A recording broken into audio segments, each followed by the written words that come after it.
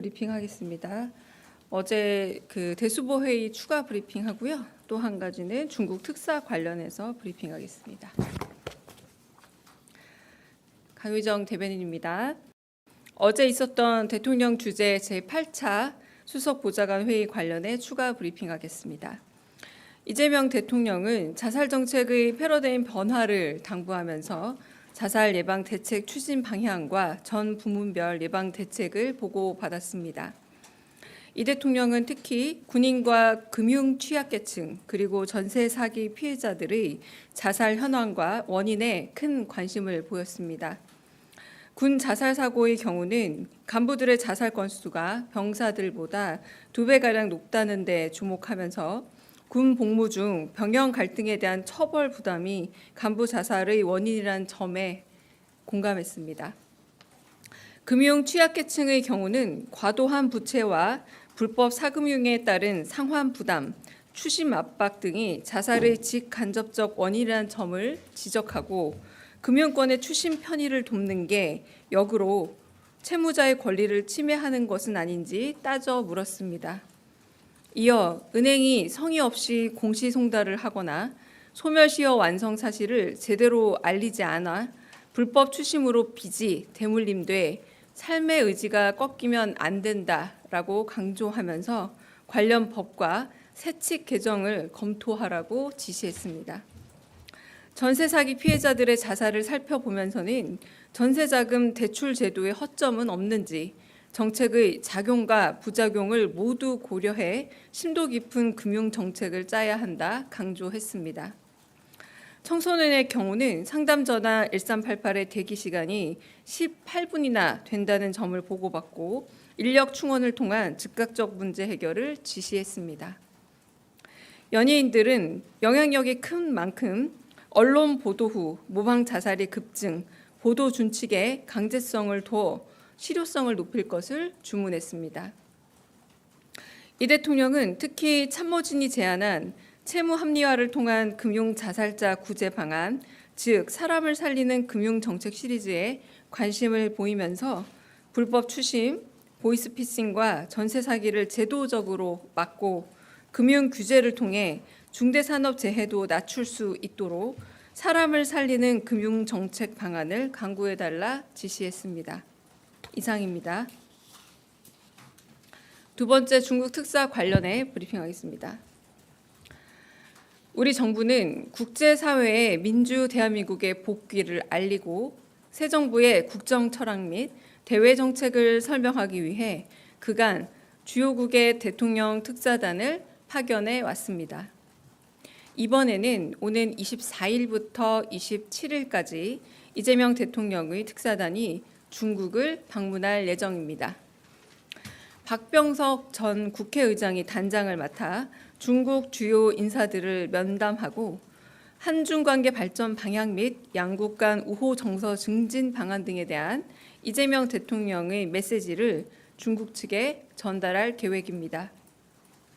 특사단은 한중 전략적 협력 동반자 관계의 성숙한 발전을 지속 추진해 나가고자 하는 우리 정부의 의지를 전달하는 한편 양국 간 경제, 문화, 인적 교류 등 다방면에서의 활발한 교류와 협력 방안 등에 대해 폭넓게 의견을 교환할 예정입니다. 이번을 마지막으로 신정부 출범을 계기로 추진한 주요국에 대한 대통령 특사단 파견은 마무리됩니다. 우리 정부는 이번 포함 총 12개국의 특사를 파견하였으며 대미, 대일 특사단 파견은 이미 공지한 대로 대통령의 방미와 방일이 확정됨에 따라 추진하지 않았습니다. 이상입니다. 혹시 질문 있으실까요?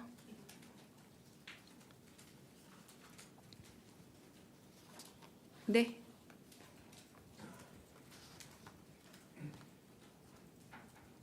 네, 저 YTN의 정인용이라고 하는데요. 혹시 이번에 중국 특사단 나갈 경우에 중국 측의 어떤 인사들과 만나는지도 혹시 소개가 가능하면 해주시면 감사하겠습니다.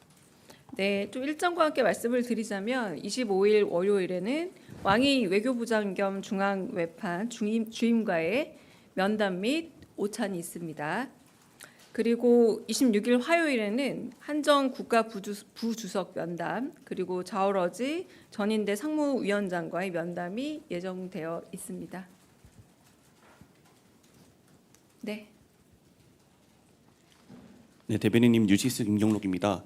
그 대통령님께서 그 해외 방미 방위를 위해서 순방 나가시는 기간에 그 중국 특사단을 파견하시는 이유가 있을지 여쭤봅니다. 네, 뭐 특별한 이유라기보다 아무래도 이제 한중일 그 한일중 이 관계에 있어서 아시아에서의 중요성이 있기 때문에 뭐 그런 부분에서 일본을 방문하면서 특사단 파견과 함께 외교의 복귀를 알리는 의미로, 그리고 또 마지막 특사단 아닙니까? 네, 그래서 방미 그리고 방일 일정은 특사단이 없는 이유 중에 하나가 이제 정상 방문을 하기 때문이니까, 이로 이제 한국의 그런 외교가 정상화되었다라는 이 부분을 이제 8월 말에 알리는 것으로 끝나는 과정에서 동시 추진되지 않았나 짐작해 봅니다. 네. 네, 먼저 손 드셔서 네.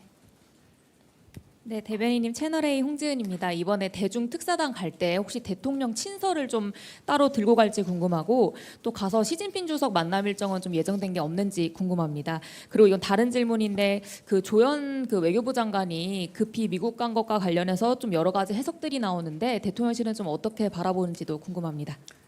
네, 친서는 마련되어 있습니다. 그러니까 양 국민의 민생에 실질적으로 기여하는 한중 관계를 만들어 가자라는 대통령님의 생각이 담겨 있고요.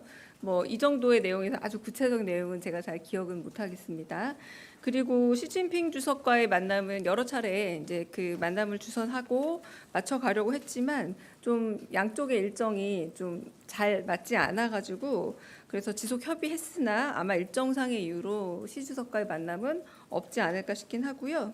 그리고 지금 만나는 뭐 자오 위원장 같은 경우도 우리 국회와 오랜 동안 교류를 해왔고, 그리고 한중 관계에 대한 이해도도 높고 국가 부수반으로서 또 대통령 취임식, 미국의 그 대통령 취임식에 대신 참여한 인사이기도 합니다.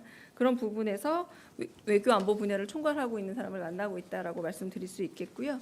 세 번째, 그 조현 장관 같은 경우는 워낙에 한미 정상회담이 여러 가지로 좀 더 조율할 부분도 있고, 요건 제가 조금 이따가 비보도 전제로 조금 더 백 이야기는 더 들려드릴 수도 있기도 한데요.